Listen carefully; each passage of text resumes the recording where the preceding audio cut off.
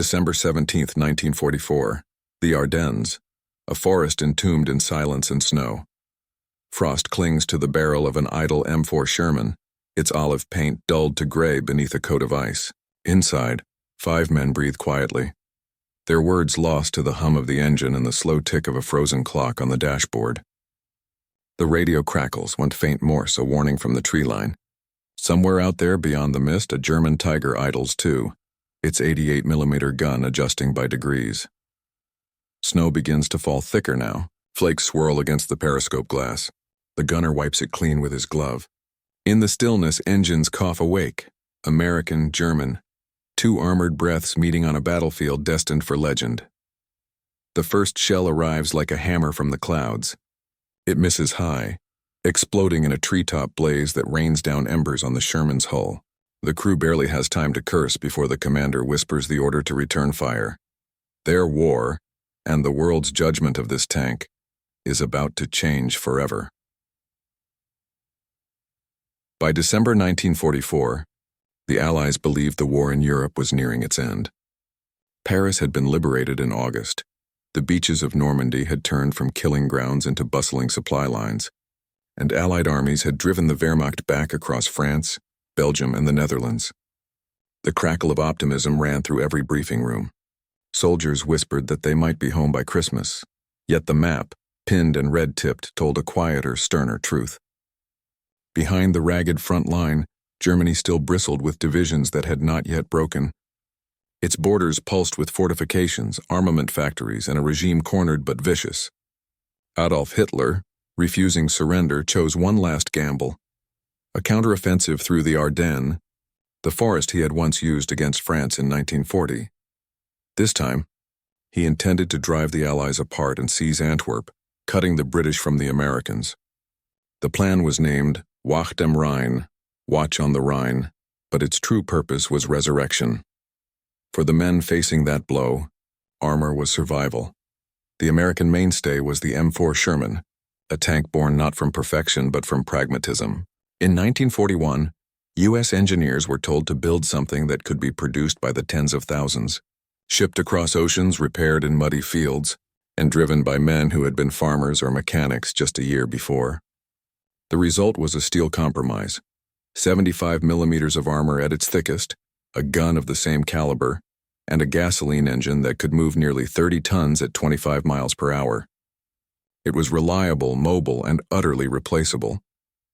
Factories in Detroit, Cleveland, and Chicago rolled Shermans from assembly lines as if they were automobiles. By late 1944, over 40,000 had been built, enough to outfit American, British, and Free French forces. Logistics officers measured potential battles not only in ammunition and fuel, but in spare tanks waiting on the docks. The Sherman became less a weapon of prestige than a symbol of industrial momentum, but numbers carried a bitter price. German tank crews who faced the M4 called it the Tommy Cooker, or, later, Ronson, after the cigarette lighter that lights every time. The label was cruel, earned in part by early models whose thin armor invited devastation from the cannons of the Panther and the Tiger. Tales spread quickly through German ranks that 3, 4, even 5 Shermans were needed to bring down one Panther. Somewhere between arrogance and grim arithmetic, these stories became doctrine. Still, in the great armored duels of Normandy, the Sherman had proven a paradox. It was weaker individually, yet protected by a vast web of logistics, artillery, and air power. When a Sherman burned, another took its place. When a company faltered, thunderbolts and typhoons screamed overhead to exact revenge. The Germans laughed, but they could not replace their iron beasts as quickly as the Americans replaced theirs. The Third Reich's boast of mechanical superiority was being strangled by its own shortages. Through the autumn of 1944, complacency took root among Allied units. Reports described the enemy as spent. Supply convoys rolled unguarded through captured Belgian towns. Tank crews decorated their hulls with chalk drawings and tinsel. Few believed Hitler had the strength or audacity left for another major offensive. The Ardennes, a thick wilderness of fur and fog stretching across Belgium and Luxembourg, was considered quiet, almost restful. But inside Germany, rail lines thundered with secret movement. Nearly 30 divisions, including elite armored formations like the 1st SS Leibstandarte Adolf Hitler and the 2nd Panzer Division, gathered under the veil of forest and winter storms. Among them waited hundreds of Tigers and Panthers, their crews convinced they would once again humble the inferior American armor. In their briefings, German officers spoke of the Shermans with open contempt. "They are built by the mile," one Panzer major remarked, "and destroyed by the meter." Confidence radiated from those who had once ruled. The step and the plane in their steel giants. What they did not yet realize was that war is rarely decided by the thickness of armor plates. The American armies in the Ardennes were about to learn this lesson the hardest way possible, and then teach it back with fire. The Ardennes looked deceptively peaceful in early December 1944 snow, muted artillery echoes, cloaking pine valleys and narrow farming villages in a hush that felt detached from the war's fury. American units, mostly the untested 99th, 106th, and 28th Infantry Divisions, held their sectors lightly. They thought themselves lucky to be there. The front was long, thin, and without drama. To the south in Luxembourg, men even built small Christmas trees beside their tanks, sending home letters describing the safe forest line. Opposite them, German formations crouched in patient readiness. Field Marshal Gerd von Rundstedt nominally commanded the attack, but the architect was Hitler himself. He believed that a crippling strike through the Ardennes could reshape Europe's fate, forcing the Western Allies into negotiation and buying time to confront the Soviet advance in the East. To keep the plan secret, the Germans moved by night, forbidding radio transmissions and disguising fuel convoys among civilian traffic. When panzer crews were briefed, maps were unrolled only at the last moment. Even then, few could believe they were about to relive the triumph of 1940 in reverse. The German armored doctrine feeding that confidence was distinct. Unlike the Americans who favored balance and mass production, German designers worshipped mechanical excellence. The Panther, introduced in 1943 as an answer to the Soviet T-34, combined sloped armor and a high-velocity 75 mm KWK-42 gun that could penetrate a Sherman almost effortlessly. The Tiger Aus and its monstrous successor, the Tiger II or Königstiger, packed an 88 mm cannon capable of destroying enemy tanks well beyond a mile. Against such predators, the Sherman's round could seem like a stone against a fortress. To German eyes, this disparity justified scorn. Veterans from the Eastern Front told tales of Shermans that went up in flames after a single hit, their thin side armor melting under impact.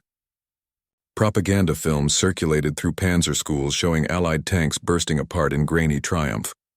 It was easy to mock a tank built for quantity when one commanded a machine taller than a man. Yet for all that arrogance, few German crews grasped the scale of Allied production that lay behind the inferior American armor. U.S. factories could produce nearly 2,000 Shermans a month. Spare parts came packed in crates marked by serial numbers, ready to keep broken vehicles fighting.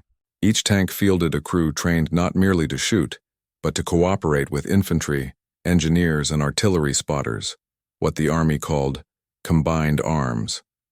The Germans wielded engineering marvels. The Americans wielded a system. In the months before the Ardennes offensive, Allied intelligence gradually learned of German vehicle movements but underestimated them. Reports of armor in the Eifel and Sauerland regions were brushed aside as defensive repositioning, not preparation for an assault. Fuel shortages were assumed to cripple any large-scale German action. This was in part true. Each Tiger required hundreds of gallons to travel a few dozen miles, forcing commanders to stockpile vast reserves of scarce fuel near the front. Nevertheless, Hitler gambled that his spearheads could capture Allied depots mid-advance.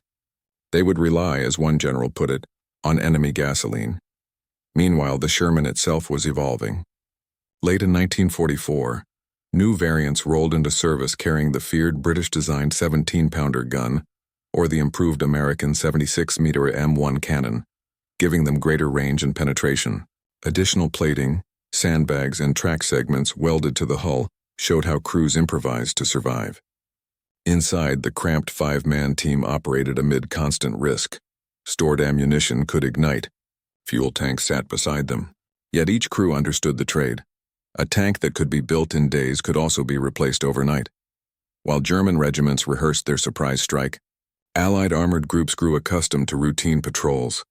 Tankers from the 3rd Armored and 7th Armored Divisions spent December maintaining engines, writing letters, and sharing cigarettes around the exhaust warmth of their Shermans. Commanders relaxed, convinced that winter and victory both would hold steady. The notion that the enemy might attack seemed absurd, but deep in the Eifel forest, panzers shifted into position for the greatest surprise of the Western Front. In a matter of hours, the laughter the Germans often shared over Allied Ronsons would give way to the brutal realization that fire spreads both ways. The forest slept. The roads froze. The hour of Germany's last gamble had come. Inside a Sherman tank, the world shrank to steel and breath. The average crewman had less personal space than a train passenger. The gun breech jutted between knees. Shell casings clattered underfoot.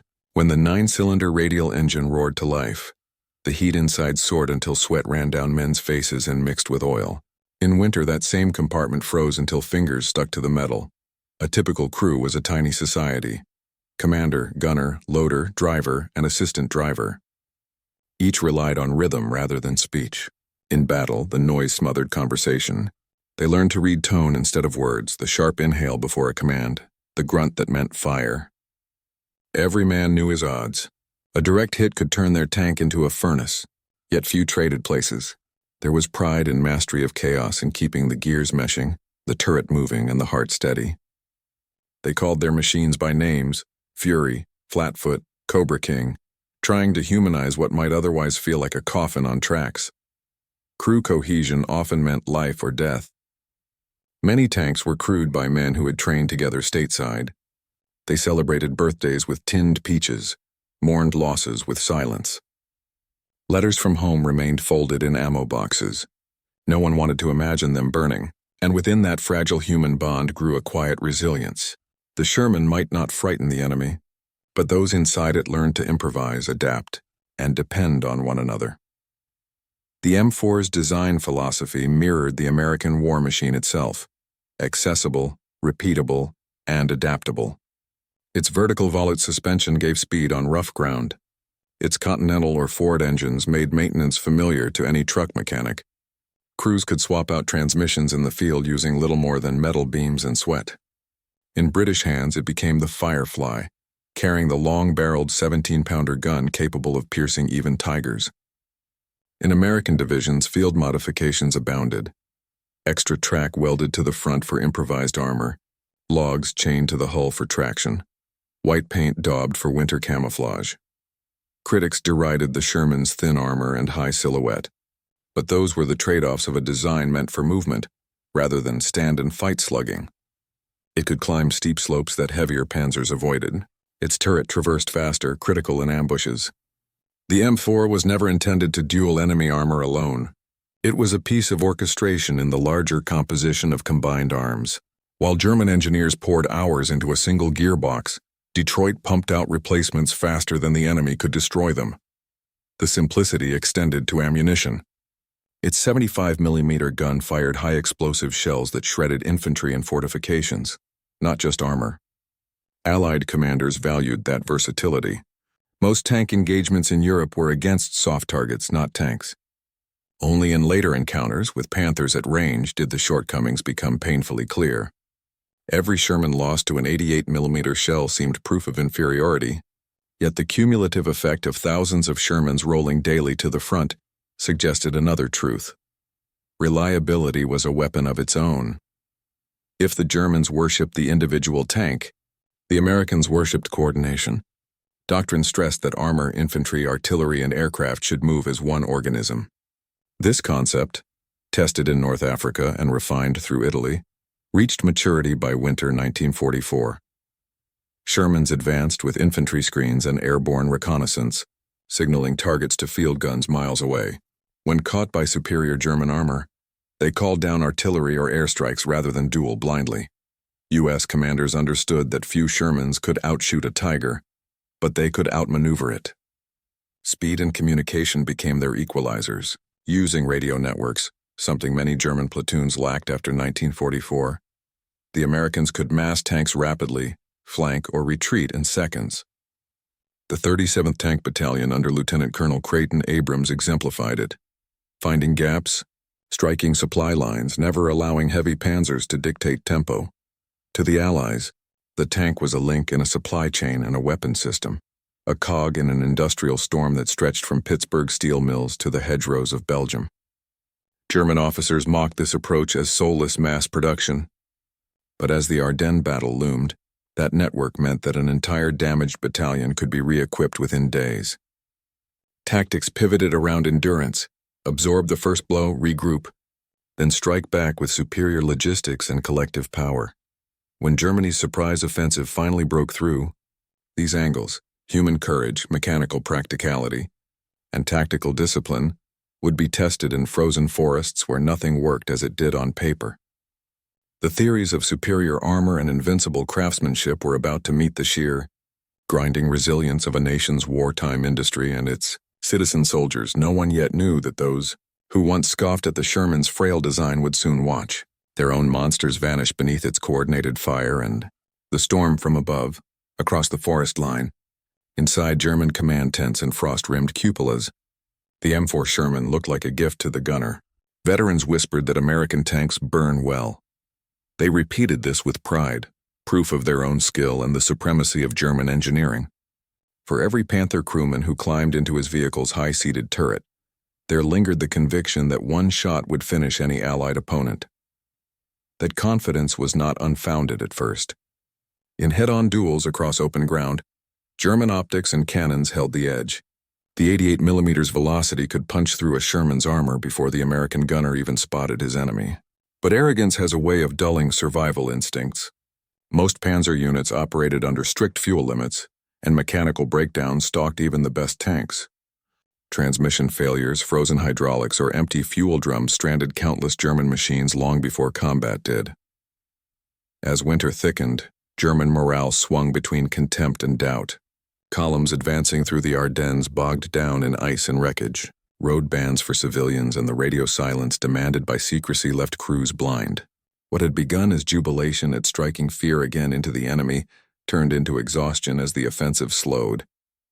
In villages like Stavelot and L'Église, Panther and Tiger crews faced not rows of frightened Shermans but artillery barrages, mudslides, and nimble American counterattacks called in by radio. The laughable Shermans refused to act alone.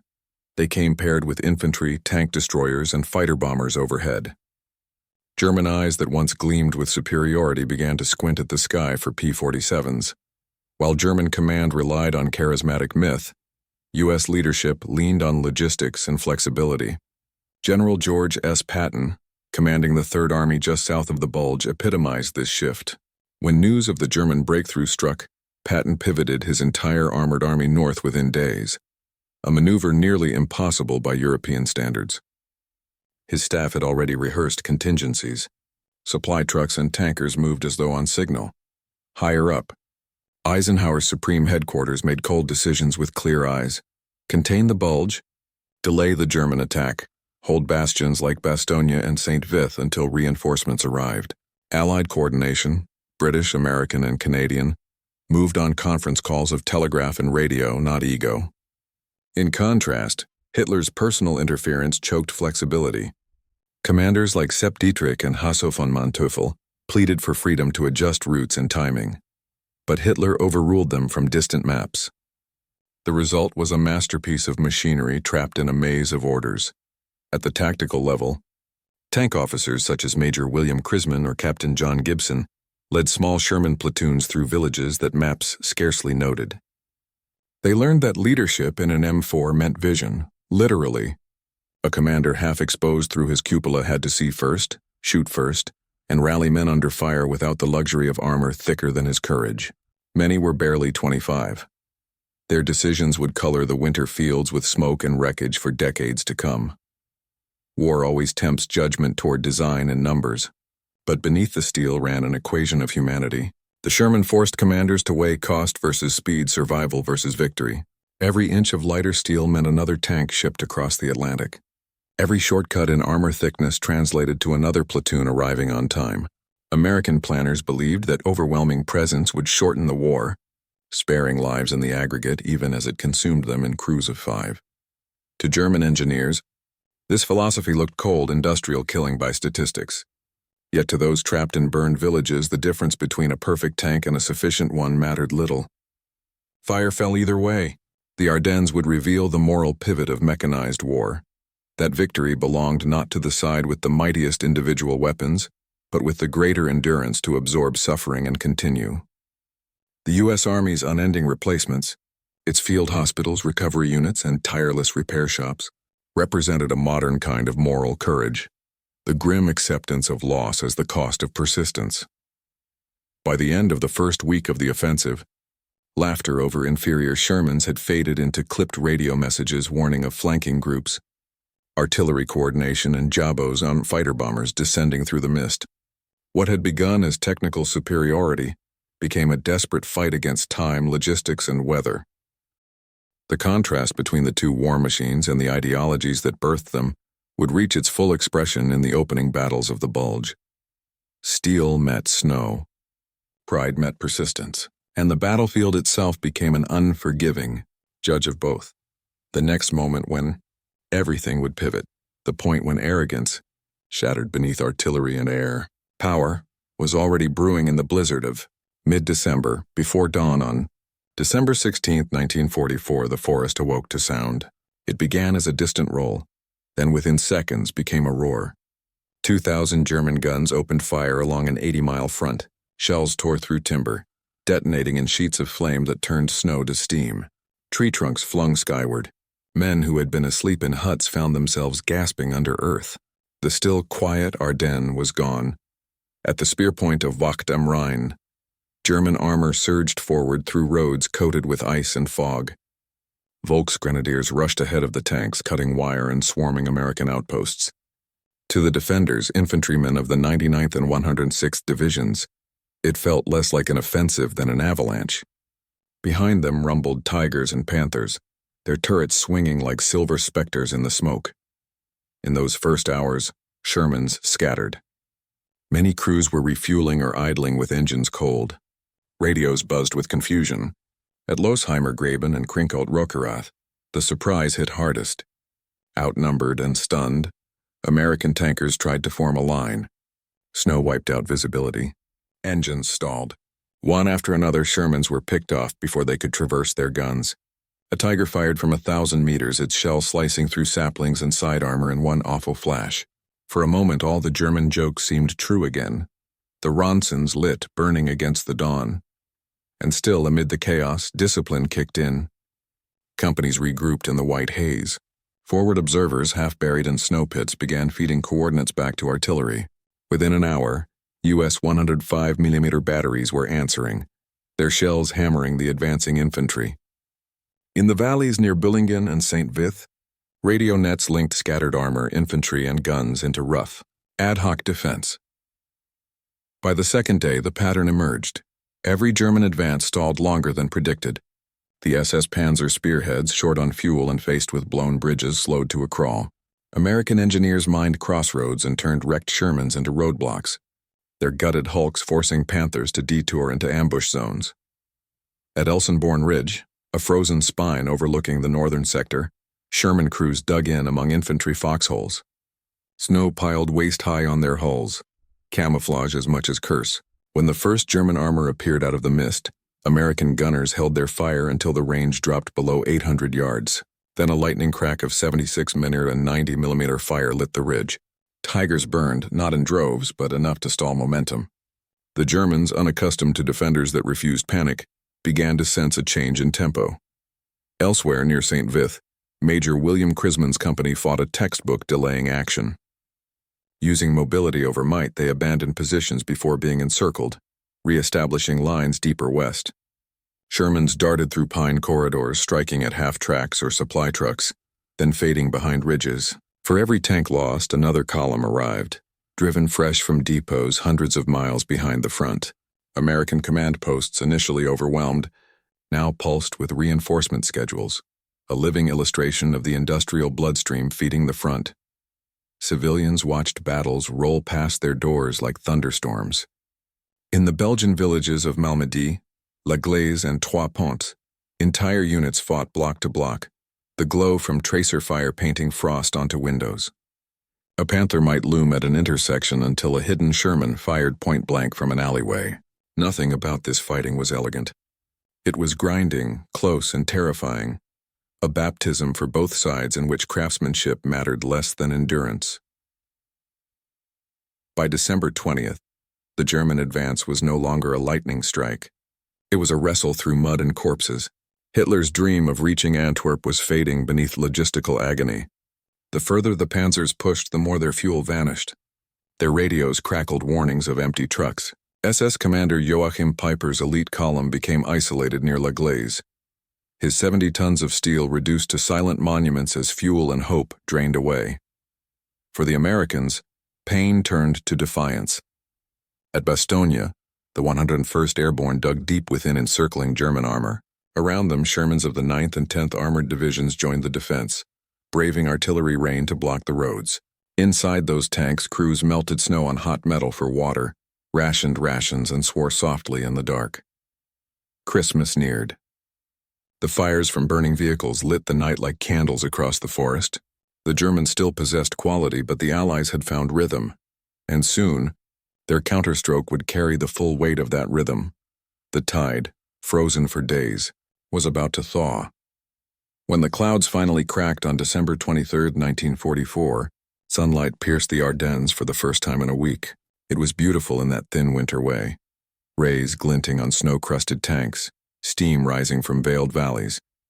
But to German crews, it meant disaster. The Allies owned the sky again.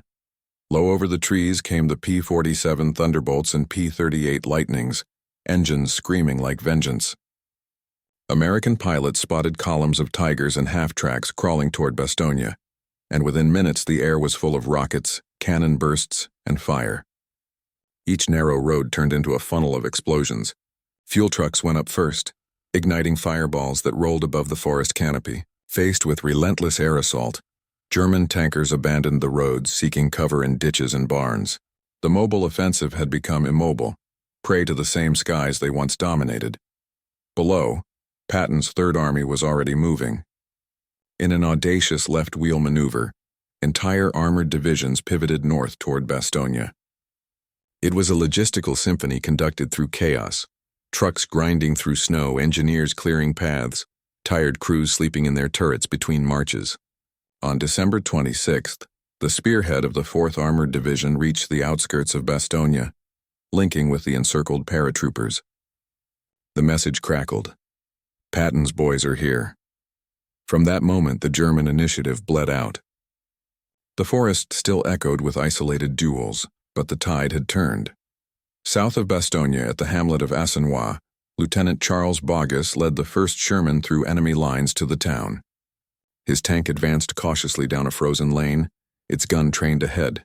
In that silence, the entire agony of the past week, ambushes, losses, mockery, seemed to weigh on the steel. Then the trees broke, and just ahead stood American paratroopers waving. The breach of Bastogne wasn't just tactical. It was symbolic. What the enemy had counted on, impenetrable superiority and Allied panic, was cracked wide open by grit, coordination, and roaring engines named Sherman. The German command tried to salvage momentum, throwing remaining armor at weakened segments, but fuel and weather turned strategy into wishful thought. Peiper's vaunted SS column, surrounded near La Glaise, destroyed its own tanks to prevent capture. Panthers that had once terrified the steppe now lay gutted in snowdrifts, their exhausts frozen solid. The countryside smelled of burned fuel and pine resin, the dark incense of mechanized defeat. In those final days of December, the contrast between war machines reached its brutal crescendo. The Germans fought with smaller numbers of exquisite tanks, machines that demanded precision and plentiful resources. The Americans fought with endless motion, supply convoys, field repairs, replacement crews. Wherever a Sherman was lost, another rolled off a train within hours. Even damaged hulls were towed back, patched with welded plates, and sent forward again. When the counterattack surged into the Bulge's southern flank, tankers from both sides met in furious last stands. At Marvy, a handful of Shermans faced a wave of Panthers breaking through the early fog. The fight lasted minutes, Guns thundered point blank, armor plates shattered, turrets spun into the snow. But when the smoke lifted, the Panthers were wreckage and the American line still held. The smoke curled upward, black against the ivory forest, as if history were exhaling. By New Year's Day, the Bulge became a crater.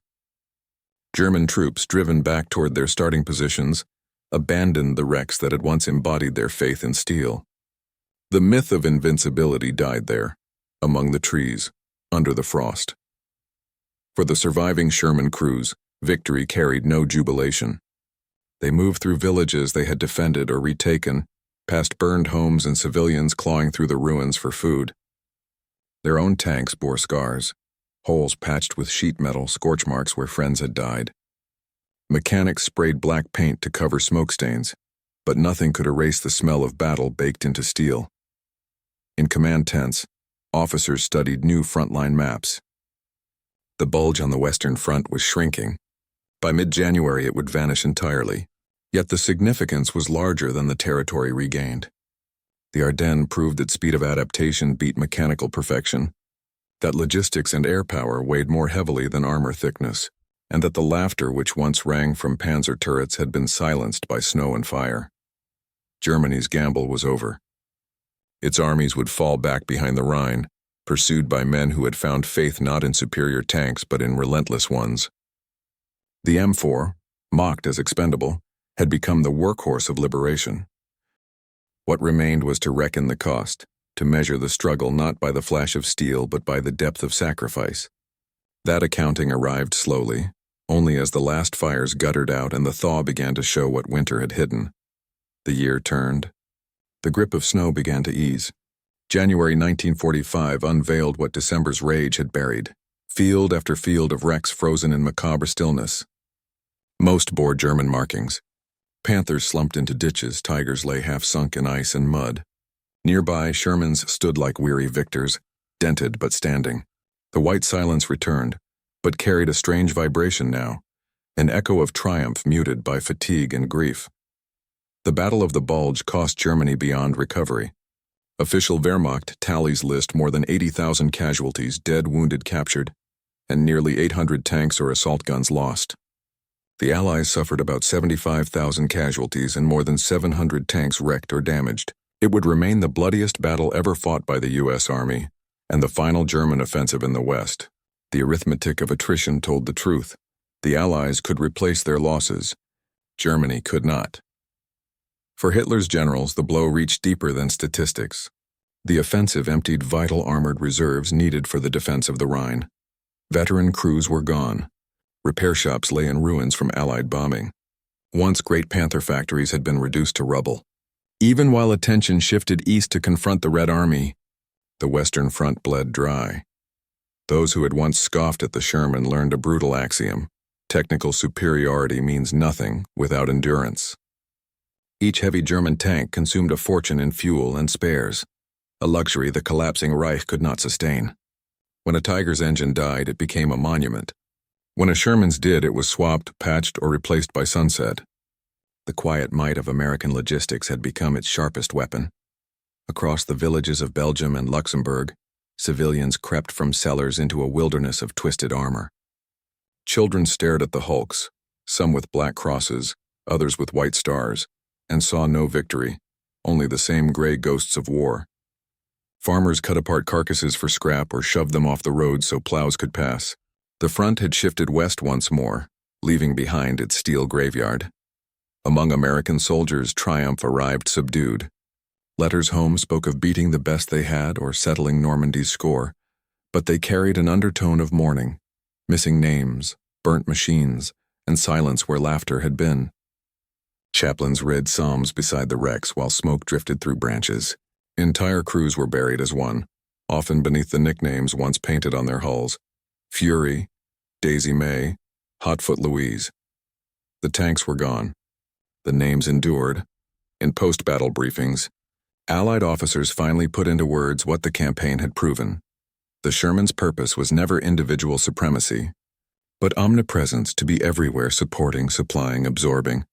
From early December to mid-January, more than 1,000 replacement tanks had already rolled off ships into French ports. The stream never stopped. The victory was not only of courage, but of process over prestige. Captured German diaries murmured the same despair. Zu viele Feinde. Too many enemies. Keine Benzin, no fuel. Flugzeuge überall. Planes everywhere. The bravado of summer 1944 had shriveled into those three phrases. Where once a tiger symbolized terror, it now stood for futility, magnificent, lethal, untenable.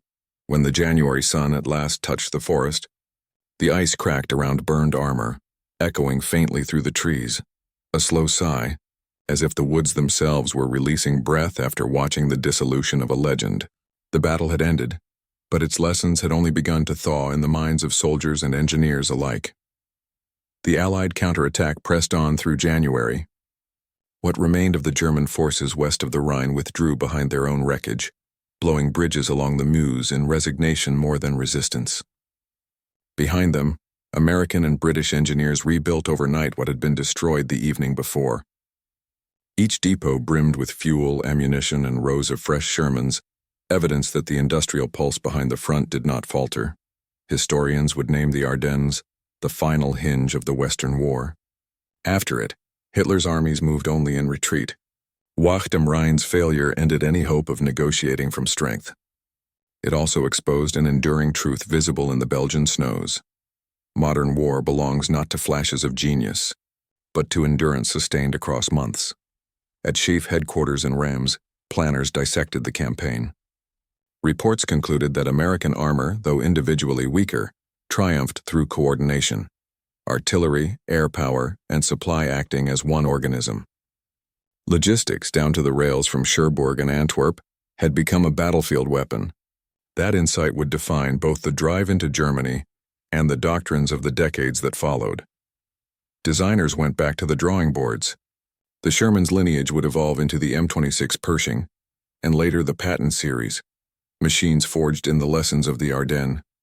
Heavier, stronger, better protected, yet still field serviceable. Germany's brilliance, meanwhile, sat rusting in fields, magnificent machines too complex for a nation already spent. In the towns that had felt hell's breath, life returned inch by inch. Bastogne's bells rang again by February, echoing over rows of new graves. Children rode sleds made from ration tins. Soldiers photographed themselves beside stripped tigers for newspapers back home. The tank once sneered at as a Ronson had become the emblem of liberation, grinding through the snow. Among veterans, the pride was quiet. They did not glorify the machine, only the crew inside it. They remembered the split-second balance between fear and focus, the clang of hits, the hiss of extinguishers, the odor of burnt paint that stayed in their lungs for years. When the Third Army rolled east in March, many tankers carried pine branches from the Ardennes lashed to their periscopes, an improvised charm against becoming another roadside relic. For Germany, the reckoning was spiritual as much as strategic. After surrender, captured officers spoke with a candor they had lacked in victory.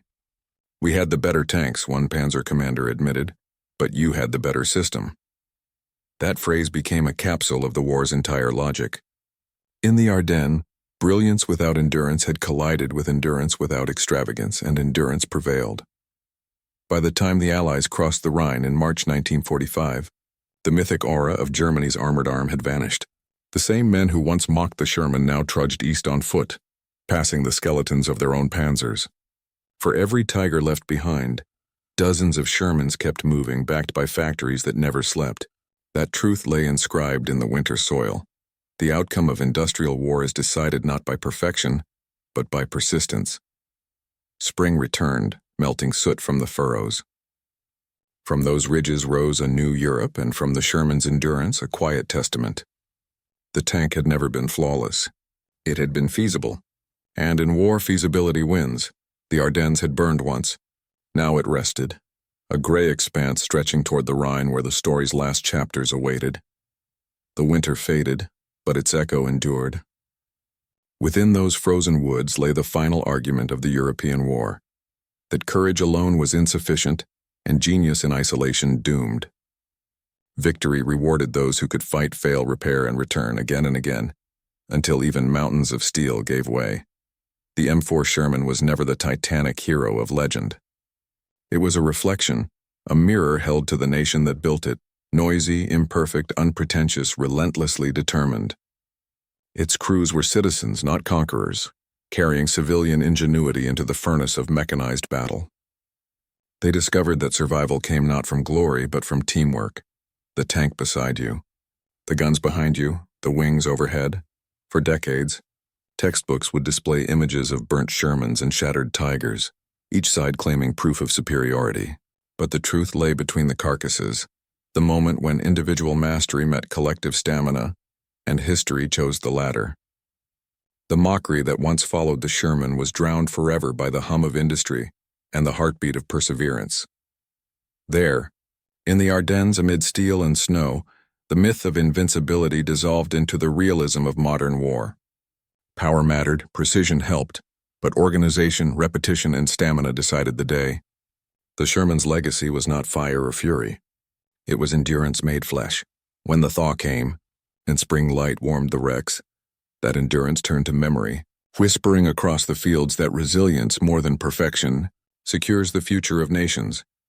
And so the tank once ridiculed returned home not as a symbol of might, but of resolve, the quiet force that burned through the Ardennes and lit the long road to victory.